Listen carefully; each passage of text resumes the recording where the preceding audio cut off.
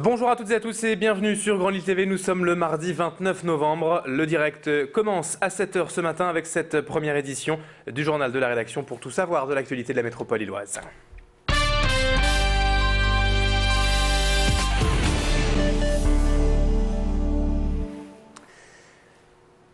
Et tout d'abord à la une de l'actualité, en ce mardi à Lille, la charte des terrasses a enfin été signée entre la mairie et les commerçants. Après près de 2 ans de négociations, la charte a été co-signée hier soir et va permettre un aménagement harmonieux des terrasses, des cafés et restaurants selon la mairie. Les cafetiers auront le choix entre des terrasses libres avec du mobilier pouvant être rentré ou des terrasses équipées de mobilier fixe et restant à l'extérieur. Tout cela devra s'intégrer dans le paysage urbain. Terminés donc tous les aménagements en dur comme les vérandas de la place Riour. Les terrasses seront désormais garnies de parasols choisis selon des nuances déterminées. Plusieurs autres règles bien précises ont été établies. Explication avec Martine Aubry, le maire de Lille, au micro de Médéric Pirker.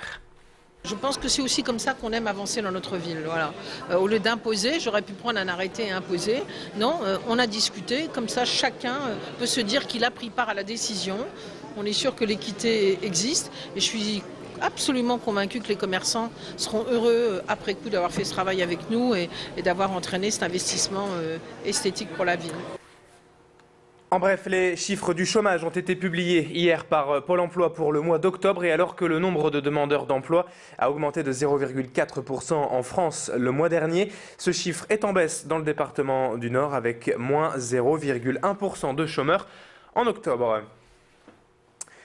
Dans l'actualité également, souvenez-vous, il y a à peine 2 mois, une surveillante de la prison de Sequedin avait été violemment agressée par un détenu qui lui avait planté une cuillère taillée en pointe dans la poitrine. Eh bien, cet homme de 28 ans a été condamné hier par le tribunal de Lille à 18 mois de prison ferme. Il a donc été maintenu en détention par le tribunal et devra verser 2 500 € d'indemnité à sa victime. Devant le juge, il a évoqué l'amnésie et un trou noir quant à cette agression. La surveillante victime, elle, est de nouveau en arrêt maladie aujourd'hui. Et puis toujours en bref, dans cette édition, le cadavre d'un homme a été découvert hier à Ouascal sous le pont de la rue Francisco Ferrer. Le corps de cet homme de 64 ans ne portait aucune trace suspecte. Une enquête a été ouverte par la police et une autopsie devrait être prochainement pratiquée. Le Conseil général du Nord était hier en séance plénière avec plusieurs points à l'ordre du jour. Le RSA, la démocratie participative, les espaces naturels et l'Institut Pasteur. Le Conseil général a notamment défendu le RSA en mettant la priorité sur l'insertion professionnelle. Concernant la démocratie participative, un site internet a été créé pour que les nordistes puissent donner leur avis sur la politique départementale. L'adresse c'est jeparticipe.cg59.fr. Pour ce qui est des espaces naturels, des visites supplémentaires seront prochainement organisées pour faire connaître le patrimoine naturel du Nord. Et enfin, le président Patrick Caner a annoncé hier que l'Institut Pasteur serait prochainement financé à hauteur de 2 millions d'euros pour lutter contre les maladies dégénératives comme Alzheimer ou encore lutter contre les problèmes d'obésité. On écoute Patrick Caner concernant le RSA. Nous allons passer aujourd'hui au Conseil général du Nord, en séance plénière, une délibération très importante sur l'évolution, telle que nous le voyons, du revenu de solidarité active. Nous souhaitons que l'insertion professionnelle soit de plus en plus une priorité. Nous estimons que le RSA n'est pas une fatalité, ce n'est pas un statut, et les 125 000 allocataires aujourd'hui dans le département du Nord doivent savoir que le Conseil général, qui verse l'allocation, souhaite que tout soit mis en œuvre pour que leur insertion professionnelle soit réussie.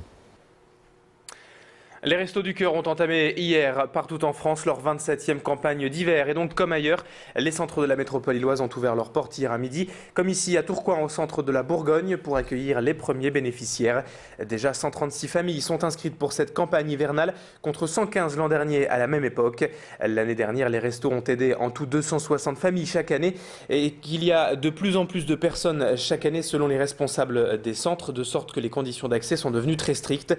Et les familles doivent ainsi justifier de leurs revenus d'inscription à la CAF ou au Pôle emploi. Macha Grunessen était hier à l'ouverture du centre de la Bourgogne et elle y a rencontré le responsable Jean-Claude Lefebvre. Écoutez ses explications. La campagne ici débute depuis c'est le premier jour ce matin jusqu'à fin mars, tous les lundis et tous les vendredis, et nous leur donnons un repas qui leur permet de compenser disons tout ce manque éventuel et qui leur permet de leur donner un peu de bonheur jusqu'à la fin mars. Nous essayons de les aider au maximum, soit dans la recherche d'emploi ou suivant leurs demandes et leurs besoins, si on peut les aider à subvenir à à toutes ces choses, nous sommes là à leur disposition.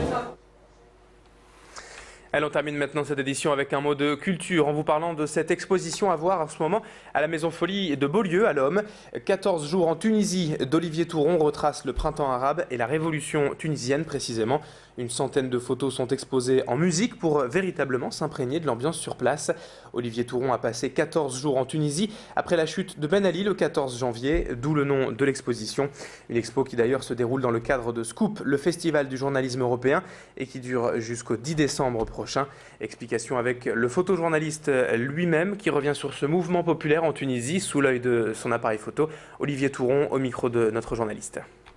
En fait, c'est un mouvement populaire, une révolution. Donc finalement, c'est une explosion de violence qui va durer quelques heures et qui va faire basculer un régime. Donc ça, c'est le 14 janvier. Mais en réalité, ça a commencé bien avant et ça continue bien après. Et donc l'idée, c'est de montrer ça. C'est-à-dire qu'au-delà de la violence qui va faire des morts et qui va être très vue dans les médias, eh ben, il y a des réflexions, des prises de parole, une population qui se mobilise et qui se met en branle, quoi, qui veut reconstruire son futur.